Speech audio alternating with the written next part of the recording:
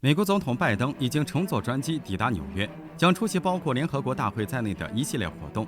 美总统国安事务助理沙利文称，拜登将在联大会议期间与中亚5国领导人举行会晤。美国和中亚5国 C5+1 对话机制已经持续了8年，但这是首次提升至总统级别。外界认为，召开美国中亚峰会或许是在向中国传递某种信号。不过，沙利文否认了这一说法，称美国与中亚国家领导人举行峰会不针对任何国家，希望能够和中亚国家合作制定积极议程，并在会后的声明中列出在关键领域有意共同努力和完成的具体事项。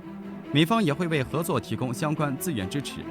中亚地区与中国和俄罗斯接壤，美国在该地区的影响力远不如中俄。在此之前，美国的战略中心主要放在欧洲和东亚地区，分别遏制中俄这2个主要的现实威胁和竞争对手。在国家安全战略方针中，并没有提及中亚，但随着俄乌冲突爆发，俄罗斯对中亚地区的掌控力减弱，西方国家试图开始对中亚地区施加影响，加入该地区的地缘竞争。实际上，美国只需要加强中亚国家的独立性，就能够分化俄罗斯的力量。而且，中亚地区也是中国重要的能源进口区。如果美国能在中亚地区站稳脚跟，在遏制中国发展方面，便会有更多的筹码。中亚国家地区地理位置特殊，中亚国家也有自知之明，不愿意卷入到大国竞争中去。土库曼斯坦就是不想在美国和俄罗斯之间选边站队，才决定宣布成为永久中立国，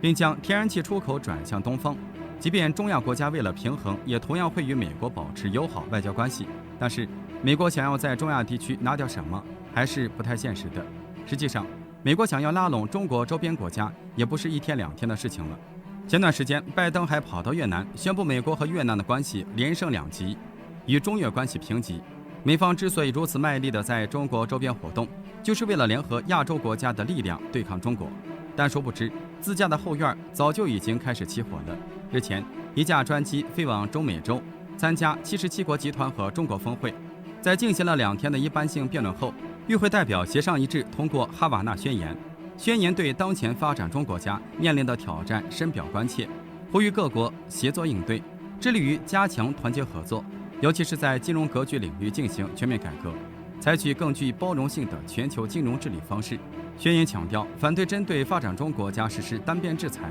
反对技术垄断等阻碍发展中国家技术发展的不公平做法。西方国家之所以能够持续保持高福利社会，就是因为西方掌握了垄断性技术以及对尖端产品的定价权。世界上的大部分矿产等资源都在西方国家和跨国大企业手中，而大部分发展中国家只能用人力和资源来赚取微薄的利润，这才是导致世界贫富差距拉大的根本原因。一旦发展中国家觉醒，准备重塑世界金融秩序，西方国家自然会开始坐不住，甚至要来分化发展中国家。77国集团加中国峰会，这次召开地点是在饱受美国经济制裁的古巴，更是向美国发出强烈信号，一味的对抗遏制起不到任何作用，只会让其他国家抱团抵挡西方侵蚀。